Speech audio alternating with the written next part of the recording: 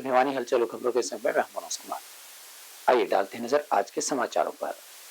पूरे भारतवर्ष में एनडीए परीक्षा में प्रथम स्थान प्राप्त करने वाले अनुराग सांगवान भिवानी के जेतूवाला जोहड़ स्थित काली माता मंदिर पहुंचे। यहां पहुंचकर उन्होंने माता के दर्शन किए और आशीर्वाद प्राप्त किया।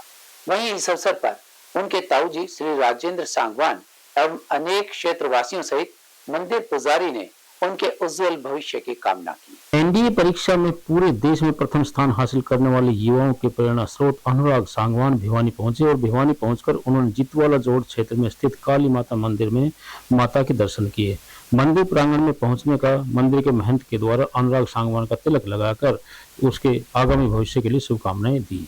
वहीं मंदिर महंत महेंद्र ने अनुराग का फूल मालाओं के साथ स्वागत किया और उन्होंने कहा कि अनुराग ने 5 लाख बच्चों में हरियाणा का, भिवानी का और अपने माता पिता का नाम रोशन किया है। हम उनके सुखद भविष्य की कामना करते हैं और उन्होंने कहा कि आगे चलकर अनुराग सेना में उच्च पद पर आसीन हो और देश सेवा करे। इस दौरान अनुराग सांगवान ने पत्रकारों से बातचीत करते हुए कहा कि एनडीए की परीक्षा में प्रथम स्थान हासिल करना उन्होंने बहुत अच्छा महसूस किया है और उन्होंने युवाओं और अपने साथियों से अपील की है कि अगर हम देश सेवा के लिए तत्पर रहेंगे तो हमारा देश भी हमें आगे बढ़ाता रहेगा और हम सबको मिलकर देश की रक्षा करनी है और देश को उन्नति के पथ पर आगे ले जाना है। जननी जने तो भगत जन के दाता के सूर नाय तो तू बांध रहे मत गवाओ। आज हमारे बीच अनुराग सांगवान जो ऐसा बच्चा है जो 5 लाख बच्चों में टॉप में परीक्षा पास की है एनडीए की, वो हमारे बीच आए हैं तो हम इनको बहुत स्वागत करते हैं, धन्यवाद भी देते हैं। और इन्होंने परीक्षा में सेना में अफसर पद के लिए भर्ती के लिए भी आयोजित किया गया है, तो इसके लिए हमारी तो शुभकामना यही है कि ये जाकर के तीनों सेनाओं का कमान संभाले, तो ये हमारे लिए भी और बच्चे के लिए भी सौभाग्य होगा। मेरा नाम अनुराग सांगवान है, मेरे पिता का नाम जीवक सांगवान है। मैंने एनडीए परीक्षा जो आयोजित की जाती है उसमें प्रथम स्थान प्राप्त किया है। बहुत अच्छा महसूस हो रहा है इस उपलब्धि पर। इसके साथ साथ मैं यही कहना चाहूँगा कि कहीं ना कहीं मैं अपने युवाओं से और अपने साथियों से बस यही कहना चाहता हूँ कि अगर हम देश सेवा के लिए हमेशा तत्पर रहेंगे तो हमारा देश भी हमें हमेशा आगे बढ़ाता रहेगा और कहीं ना कहीं हम सबको भी मिलकर हमारे देश की रक्षा भी करनी है और इस आगे उन्नति के पथ पे भी बढ़ाना है। मैं यही कहूंगा जब हम तैयारी के लगते हैं तो सभी चीजों को नोट डाउन करके काम करना चाहिए। एक ऑर्गेनाइज्ड मैनर में अगर काम करा जाए तो कोई प्रेशर भी नहीं आता है और उसके साथ साथ चीजें आसानी से हो भी जाती हैं। राजेंद्र सांगवान, मेरे छोटे भाई का लड़का अनुराग सांगवान, जो आज भिवानी के अंदर जीतूवाला जोड़ काली वाली देवी मंदिर के अंदर महाराज जी से आशीर्वाद लेने आए हैं। इसके लिए हमें बहुत खुशी है और इसकी आगे कामना करते हैं कि भी यह बहुत ऊंचाई तक पहुंचे। जो हमारा बेटा है अनुराग सांगवान जो एनडीए में फर्स्ट आया है और यहाँ काली माई जितवा जोड़ मंदिर में गुरुजी का आशीर्वाद लेने के लिए आए हैं और सभी बच्चों ने और जो युवा बच्चे हैं इससे सबक लेना चाहिए। एक बच्चा इतनी मेहनत करके टॉप में आया है, इंडिया में नंबर 1 आया है और आगे भी आते रहे। ऐसे बच्चे की प्रेरणा देने के लिए आए हैं और भगवान इसकी रक्षा करे। जीवन में एक ऐसा बच्चा हमारे सामने आया है और मैं मतलब दिल से दुआ करूंगी, भगवान से प्रार्थना करूंगी कि हर माँ की कोख से एक ऐसा बेटा जन्म ले। और ये बेटा आज हमारे काली माता के मंदिर में पहुंचा है जीतू वाले जोड़ पे और महाराज जी का आशीर्वाद लिया है। मुझे दिल से बहुत बहुत खुशी हुई है और मतलब हमारे ही देश का एक युवा है, अगर इसने कोशिश की है तो इसे कामयाबी जरूर मिली है। मैं चाहूंगी कि हर बच्चा अपने जीवन में ऐसी कोशिश। गर्मी के मौसम में अक्सर पानी की कमी के चलते अनेक तरह की समस्याओं का सामना करना पड़ता है। इसी के चलते जन स्वास्थ्य विभाग के कार्यकारी अधीक्षक सचिन कुमार ने लोगों से अपील की है कि पानी का इस्तेमाल जरूरत के अनुसार करें, क्योंकि जल घर में पानी की कमी के कारण सप्लाई एक दिन छोड़कर एक दिन ही की जा रही है। जब इस बारे में जन स्वास्थ्य विभाग के कार्यकारी अधीक्षक सचिन कुमार से टेलीफोन नंबर पर बातचीत की गई तो उन्होंने बताया कि नहरों में पानी कम आने के कारण जल घरों में पानी कम पहुंचा है। इसके लिए लोहड़ बाजार, बिचला बाजार, बागकोठी, पुरानी jail, DC colony, Indira colony, Krishna colony, Adarsh Nagar, old bus stand, Chhoti Gogamedi, कच्ची कॉलोनी, पार्क कॉलोनी, इन क्षेत्रों में पानी एक दिन छोड़कर एक दिन दिया जाएगा। इसलिए गर्मी के मौसम को देखते हुए पानी की बचत करने अति आवश्यक है। एक दिन छोड़कर एक दिन में टाइमिंग के अनुसार इन क्षेत्रों में पानी पहुंचेगा। इसके अलावा गर्मी को देखते हुए इन क्षेत्रों में और शहरवासियों के लिए पानी की पूर्ण व्यवस्था करने के लिए टैंकरों का सहारा लिया जाएगा। सुबह शाम प्रत्येक कॉलोनी में जन स्वास्थ्य विभाग द्वारा जहां जहां पानी की कमी नजर आती है वहां टैंकरों की सप्लाई की जाएगी ताकि गर्मी के मौसम में पानी की कमी ना रह सके। स्थानीय वैश्य मॉडल सीनियर सेकेंडरी स्कूल में चल रहे 7 दिवसीय समर कैंप का समापन हर्षोल्लास के साथ हुआ। समर कैंप एवं कौशल विकास शिविर में समापन समारोह के अवसर पर विद्यार्थियों एवं अभिभावकों को संबोधित करते हुए प्रबंधन समिति के सदस्यों ने भाग लेने वाले बच्चों की भूरी भूरी प्रशंसा की और उनकी प्रतिभा में निखार को अति उत्तम बताया। आपको बता दें कि कक्षा नर्सरी से द्वितीय तक के विद्यार्थियों के लिए आयोजित समर कैंप में नन्हे मुन्ने बच्चों ने चीता, भालू, शेर, लोमड़ी, खरगोश आदि विभिन्न जानवरों का रूप लेकर लोगों को जानवरों की सुरक्षा के प्रति जागरूक किया। इसके साथ साथ उन्होंने कुम्हार के साथ बैठकर मिट्टी के बर्तन बनाना सीखा तथा रंगारंग राजस्थानी सभ्यता और संस्कृति का आनंद प्राप्त किया। On the spot drawing, painting, lemon race, मेंढक race, dot game, ring game, musical chair आदि गतिविधियों का छोटे छोटे बच्चों ने भरपूर आनंद उठाया। इन नौनिहालों ने अनेक स्वादिष्ट व्यंजन जैसे भेलपुरी, सैंडविच, फ्रूट चाट बनाना सीखा। अंतिम दिन कक्षा नर्सरी से द्वितीय तक के विद्यार्थियों के लिए मड बाथ और डांस मस्ती का आयोजन किया गया। इससे बच्चे मिट्टी के चिकित्सीय गुणों से अवगत हुए। इसी प्रकार से कक्षा तीसरी से 8वीं तक के विद्यार्थियों के लिए आयोजित कौशल संवर्धन शिविर के दौरान विद्यार्थियों ने कला अध्यापक एवं उनकी सहयोगी अध्यापिकाओं के मार्गदर्शन में art and craft, painting, best out of waste और इसी प्रकार से कक्षाओं के माध्यम से अपनी प्रतिभा को निखारने का भरपूर प्रयास किया। इसके अतिरिक्त विद्यार्थियों ने संगीत, cursive writing, English conversation, table tennis, mehndi, cooking जैसी गतिविधियों में भाग लेकर अपने हुनर का प्रदर्शन किया। साथ ही विद्यार्थियों ने भुजंगासन, धर्मासन, शवासन और त्रिकोणासन जैसी अनेक योग क्रियाओं को सीखकर अपने जीवन में योग के महत्व को समझा। इस शिविर में विद्यालय में शिक्षा प्राप्त कर रहे वनवासी कल्याण आश्रम के बच्चों को राष्ट्रभाषा हिंदी सिखाने के लिए भी अतिरिक्त कक्षाओं का आयोजन किया गया। प्रबंध कार्यकारिणी के अध्यक्ष शिव रतन गुप्ता, महासचिव पवन कुमार वानीवाला, कोषाध्यक्ष विजय किशन अग्रवाल, ट्रस्टी ब्रजलाल सर्राफ, समिति सदस्य प्रवीण गर्ग एवं पवन अग्रवाल ने ग्रीष्म शिविर में होने वाले विभिन्न गतिविधियों का निरीक्षण किया तथा सभी प्रतिभागियों की भूरी भूरी प्रशंसा की। West Model Senior Secondary School ने 7 दिवसीय समर कैंप का समापन समारोह का आयोजन किया हुआ है और जिस प्रकार से हम एकदम से अंदर घुसे तो ऐसे लगा बहुत ही वाइब्रेंट माहौल था। सारे बच्चे बड़े खुश हैं, सारा स्टाफ बड़ा खुश है, सारे पेरेंट्स बड़े खुश हैं और ये जो समर कैंप का आयोजन स्कूल में किया गया उसका उद्देश्य केवल एक ही है कि बच्चों की प्रतिभा को कैसे निखारा जाए। और वो उनको जो घर भी गए तो संडे को भी बच्चों ने अपना एक्टिविटीज़ की हैं और केवल एकेडमिक्स नहीं, क्योंकि ये जो कैंप का पर्पज़ है वो ये है कि एकेडमिक्स के अलावा बच्चों में ऐसी प्रतिभा निखारी जाए जैसे उनका सर्वांगीण विकास हो, वो जीवन में जाके सफल हो सके। तो अभी हमने ये जो मिट्टी के भी क्ले की काफ़ी कुछ आइटम्स बनवाई हुई हैं और क्ले में जो थी आज वो मिट्टी के, अगर आप अभी उधर तो चले गए लेकिन ये काफ़ी बनवाए हुए हैं। एक गोवा का थीम है, एक पूल पार्टी का थीम है, जूडो कराटे का था। मैंने इसमें इतनी तरह तरह की जो है हर एक्टिविटीज़ को इसमें जोड़ा गया है। और वो जो मिट्टी वाली आप बात कर रहे हो, मिट्टी के लिए तो विशेष वो किया गया है। सब स्कूलों की छुट्टियां हो जाती है, बच्चों के वैकेशंस होते हैं। उस वैकेशंस पीरियड में इनिशियल स्टेज पे 6 दिन का, 7 दिन का, 10 दिन का सभी स्कूल कैंप लगाते हैं बच्चों को सर्वांगीण विकास के लिए। West Model Senior Secondary School ने भी आज 7 दिन का कैंप लगाया था।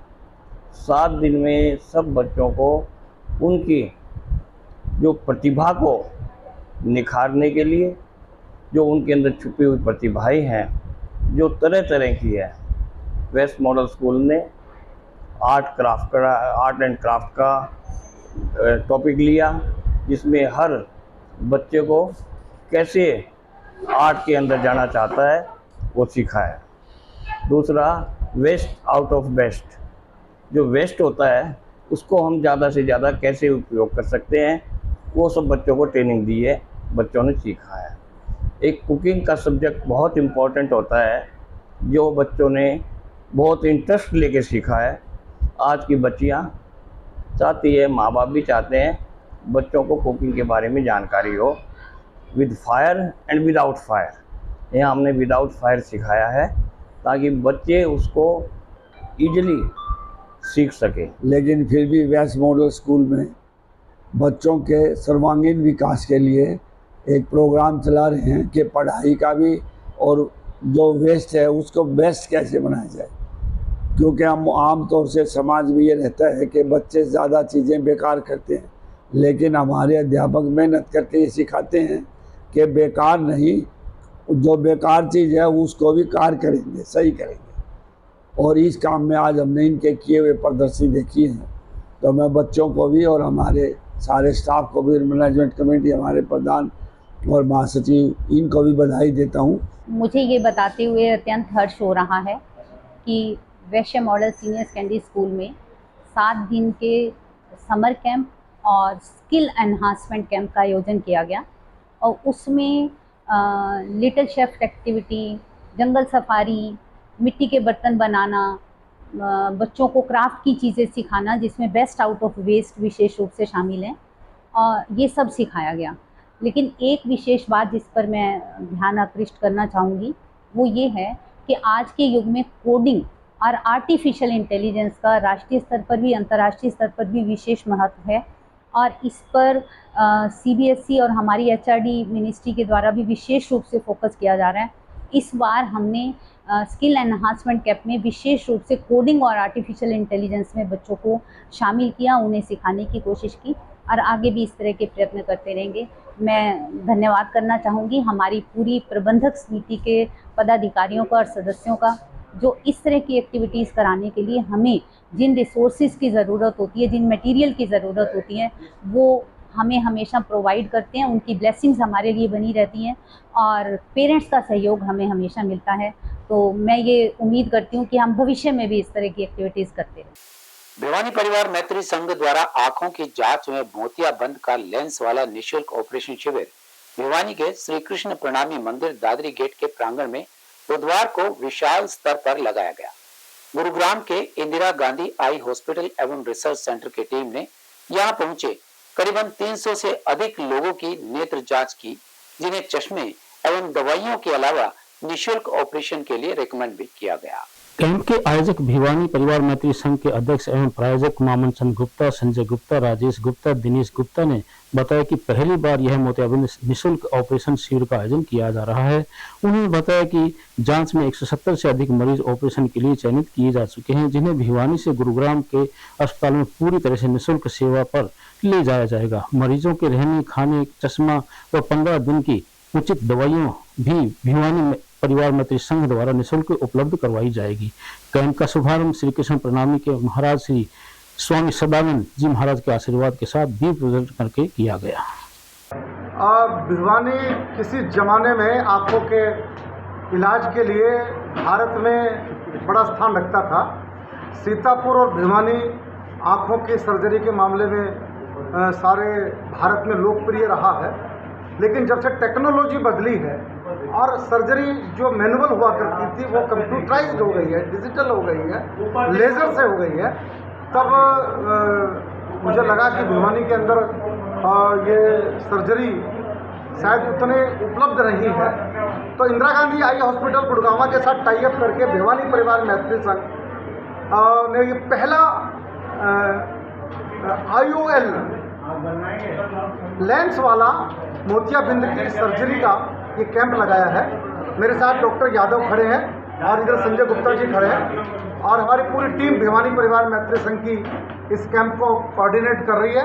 350 लोगों की लगभग OPD होने की संभावना है और 80 से 100 के बीच में कैटरेक्ट की सर्जरी की जाएगी। इन सबको इंदिरा गांधी आई हॉस्पिटल गुड़गांव ले जाया जाएगा, जहां ये सर्जरी करके और इनको हम भिवानी वापसी छोड़ देंगे। और ये सारा निःशुल्क रहेगा। भिवानी परिवार मैत्री संघ मामन चंद गुप्ता जी के परिवार से इस कार्यक्रम को स्पॉन्सरशिप हमको मिली है और ये पूरा कैंप बिल्कुल निःशुल्क है, बिल्कुल फ्री है। चश्मे वालों को चश्मे दिए जाएंगे, दवाई वालों को दवाई दी जाएगी और जिनकी सर्जरी होगी उनको सर्जरी की जाएगी। हॉस्पिटल की गुड़गांव की टीम आई हुई है। यहाँ मोतियाबिंद का ऑपरेशन के लिए कैटरेक्ट मरीजों को लेके जाएंगे। जिनको मोतियाबिंद होगा, जिनको चश्मे की जांच की जरूरत होगी, चश्मे की जांच कराएंगे। ठीक है, जो भी मरीज होंगे कैटरेक्ट के उनको लेके जाएंगे, अगले एक दिन रखेंगे यहाँ ऑपरेशन करके, अगले दिन उनको फिर यहाँ वापस छोड़ देंगे। नमस्कार, मेरा नाम दिनेश गुप्ता है। मैं भिवानी परिवार मैत्री संघ में महासचिव के कार्यभार के लिए जिम्मेदार हूँ। साथियों, आज हमने भिवानी में 7 जून को ये कैंप लगाया है, बुधवार का दिन है आज। और इस कैंप की जो टीम आई है, आँखों का कैंप है ये। इसका मुख्य उद्देश्य ये है कि जिन लोगों को आँखों से संबंधित कोई भी परेशानी है वो यहाँ पर आए। निःशुल्क है ये कैंप, सभी के लिए ओपन है और इसका पूरा प्रचार प्रसार किया गया है। इंदिरा गांधी आई हॉस्पिटल गुड़गांव से डॉक्टरों की टीम आई है और वो टीम यहाँ पर लोगों की आँखों की टेस्टिंग करके उनको ये सलाह दे रही है कि आपको चश्मे की आवश्यकता है या आपको कोई दवाई की आवश्यकता है या आपको कोई तरह का भी मोतियाबिंद के ऑपरेशन की आवश्यकता है, कैटरेक्ट ऑपरेशन हम जिसको बोलते हैं, वो पेशेंट को हम आइडेंटिफाई कर रहे हैं यहाँ डॉक्टरों के माध्यम से। और वो डॉक्टर्स जो है उनको यहाँ पर बीपी, शुगर और अपनी जो प्रिलिमिनरी टेस्ट होते हैं वो करके उनको रिकमेंड करते हैं कि वो अपना operation Indira Gandhi eye hospital Gurgaon में कराएँ। उसके लिए किसी भी पेशेंट से कोई शुल्क किसी भी प्रकार का नहीं लिया जा रहा। यहाँ से बस द्वारा उनके जाने की व्यवस्था, एक दिन के वहाँ स्टे की व्यवस्था, अच्छे लेंस को लगाने की, सर्जरी की व्यवस्था और वापस यहाँ भिवानी वापस छोड़ने तक की व्यवस्था जो है इंदिरा गांधी आई इंस्टीट्यूट के लिए हॉस्पिटल गुड़गांव का गुरु निःशुल्क रूप से कर रहा है। भिवानी परिवार मैत्री संघ दिल्ली इस कैंप को ऑर्गेनाइज कर रही है और इसमें भारी संख्या में लोग इस समय आए हुए हैं। साइबर थाना पुलिस ने भिवानी के महम रोड स्थित एक निजी एकेडमी में साइबर क्राइम जागरूकता अभियान चलाया। इस अवसर पर एकत्रित छात्र छात्राओं को डिजिटल क्रांति के युग में सतर्क रहने की विस्तार से जानकारी दी गई और साइबर ठगी से बचने के लिए अनेक तरीके भी बताए गए।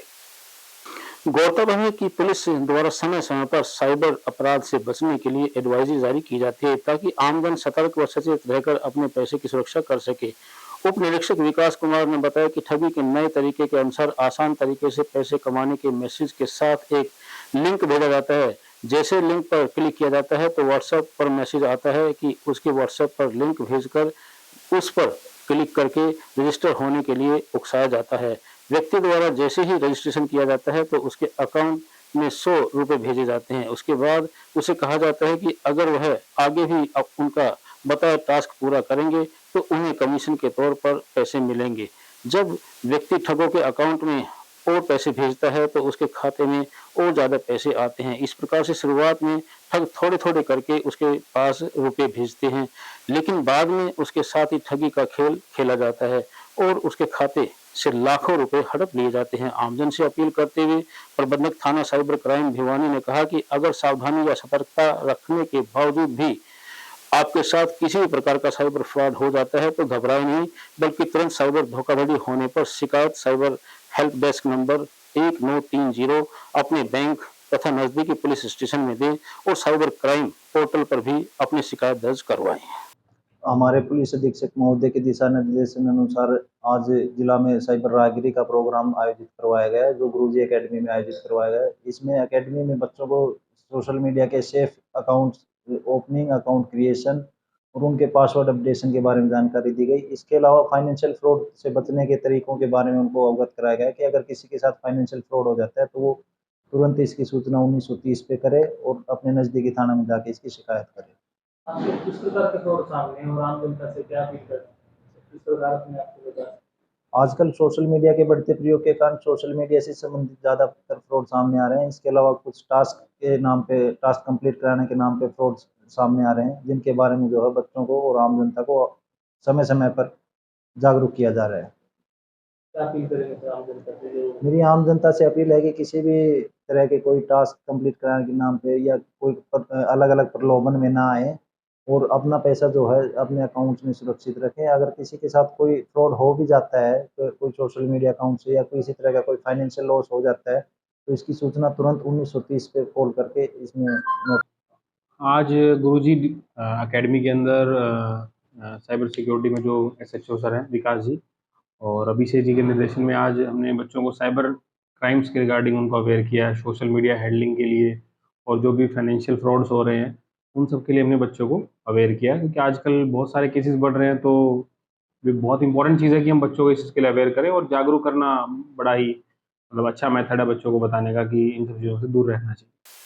विश्व शांति, पर्यावरण संरक्षण, बेटी बचाओ बेटी पढ़ाओ, योग में रचो बसो जैसे संकल्पों के साथ हजारों भक्तों ने श्री रुद्र महायज्ञ के 7वें दिन परिवार जनों के साथ पूर्ण आहुति दी और जन जन की भलाई का संदेश दिया। कृष्णा कॉलोनी स्थित तपोभूमि योगाश्रम धाम में चल रहे इस कार्यक्रम में महाराज कृष्णानंद सरस्वती का सानिध्य रहा। आपको बता दें कि पिछले 7 दिनों से कृष्णा कॉलोनी स्थित तपोभूमि योगाश्रम धाम में रुद्र महायज्ञ व श्री मद भागवत कथा का आयोजन किया जा रहा है। पिछले 33 वर्षों से यह आयोजन आश्रम के प्रांगण में हर वर्ष जून माह में किया जाता है।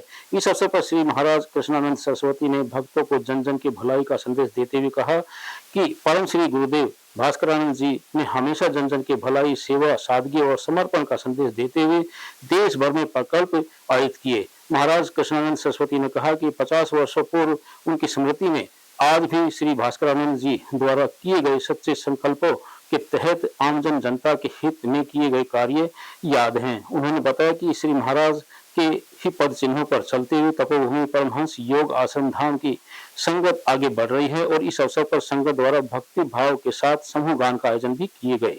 वामदेवाय नमो, ज्येष्ठाय नमः, श्रेष्ठाय नमो, रुद्राय नमः, कालाय नमः, कलकृष्णाय नमो, बलिकृष्णाय नमो, बलाय नमो, बलप्रसन्नाय नमः, सर्वभूतदमनाय नमो, गुणोन्मनाय नमः, अघोरेभ्यो घोरघोरतरेभ्यः सर्वेभ्यः सर्वसर्गेभ्यो नमस्ते। अष्टरुद्रेभ्यः तत्पुरुषाय विद्महे महादेवाय धीमहि तन्नो रुद्रः प्रचोदयात्। ईशाने सर्वविद्यानां ईश्वरः सर्वभूतानां ब्रह्माधिपतिः ब्रह्मणोऽधिपतिः।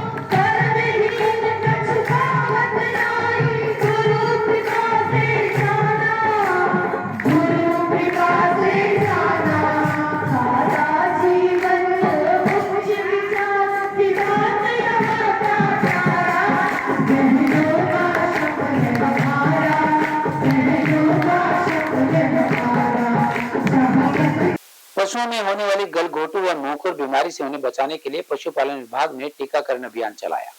इस कड़ी में बुधवार को गांव बलियाली के पशु चिकित्सालय में इन बीमारियों से बचाव के लिए पशुओं को टीके लगाए गए। इस मौके पर पशुपालन व डेयरी विभाग के उप मंडलाधिकारी डॉक्टर प्रदीप कालीरावना ने औचक निरीक्षण किया और इस अभियान की सराहना की। इस मौके पर पशु चिकित्सक डॉक्टर विजय सनसनवाल ने बताया कि पशुपालन विभाग के नारे एक भी पशु छूट न जाए, सुरक्षा चक्र टूट न जाए पर चलते हुए गांव बलियाली और रामपुरा के सभी पशुओं को टीकाकरण किया जाएगा। यह टीकाकरण 4 माह से ऊपर के भैंस व गोवंश को किया जाता है। उन्होंने बताया कि यह टीकाकरण वर्ष में 2 बार किया जाता है। उन्होंने बताया कि देश भर में सिर्फ हरियाणा प्रदेश में ही यह संयुक्त वैक्सीन लगाई जाती है, अन्य प्रदेशों में दोनों टीके अलग अलग लगाए जाते हैं। डॉक्टर सनसनवाल ने बताया कि पशुपालन विभाग की टीम घर घर जाकर टीकाकरण का कार्य कर रही है तथा पशुओं को 12 अंकों के टैग के साथ टीकाकरण की जानकारी ऑनलाइन दर्ज की जा रही है। पशु चिकित्सक डॉक्टर विजय सनसनवाल ने बताया कि कई पशुपालकों को भ्रांति होती है कि इससे दूध कम हो जाता है और गर्भपात भी हो जाता है, ऐसा कुछ भी नहीं है। पशुपालन विभाग जो ये टीकाकरण कर रहा है मुंह खुर और गलघोटू के, ये बहुत अच्छी पहल है सरकार की तरफ से और हमें मुंह खुर और गलघोटू के इंजेक्शन लगवाने चाहिए। इससे ये कहने की बातें हैं कि इनसे दुख सूख जाता है, इनसे पशुओं को बीमारी से बचाव मिलता है और यदि ऐसे कुछ बुखार वगैरह थोड़ा मोटा पशु को आता है तो हमसे कम पहिया गुड़ पशु को खिलाना चाहिए और हमें टीकाकरण करवाना चाहिए, ये हमारी बीमारियों से बचाता है। मुंह खुर गलघोटू की संयुक्त वैक्सीन घर घर जाकर पशुओं को लगाई जा रही है और इससे कई लोगों के भ्रांति है कि दूध सूखता है या गर्भपात हो जाता है। इस तरह का कोई कारण नहीं बनता। सभी लोगों को चाहिए कि मुंह खुर और गलघोटू का टीकाकरण अवश्य करवाएं, क्योंकि एक हरियाणा ऐसा प्रदेश है जिसमें मुंह खुर और गलघोटू की संयुक्त वैक्सीन लगाई जा रही है।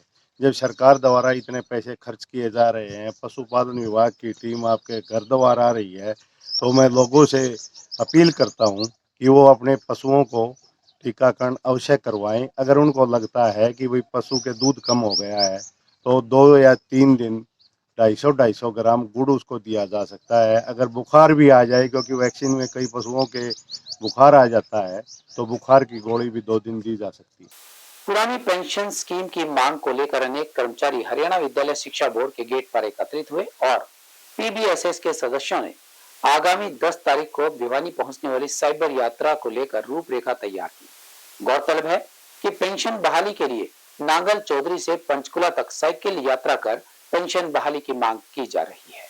इस मौके पर उन्होंने बताया कि ओपीएस लागू करने की मांग को लेकर प्रदेश का कर्मचारी लगातार एकजुट व आंदोलनरत है। इसी मांग को लेकर 2 जून से कर्मचारियों की साइकिल यात्रा नांगल चौधरी से चली हुई है तथा 10 जून को भिवानी कितलाना टोल पर पहुंचेगी। उन्होंने बताया कि पीबीएस कर्मचारी उनका स्वागत करेंगे। इसके साथ ही महिला कर्मचारी राखी बांधकर साइकिल यात्रा का स्वागत करेंगी। कर्मचारियों ने कहा कि उनकी एक ही मांग है कि सिर्फ पुरानी पेंशन को बहाल किया जाए। उन्होंने कहा कि यदि सरकार समय रहते ही उनकी मांग मानती है तो उनका स्वागत करेंगे, नहीं तो 24 के चुनाव में प्रदेश का प्रत्येक कर्मचारी सत्ता परिवर्तन करने का काम करेंगे।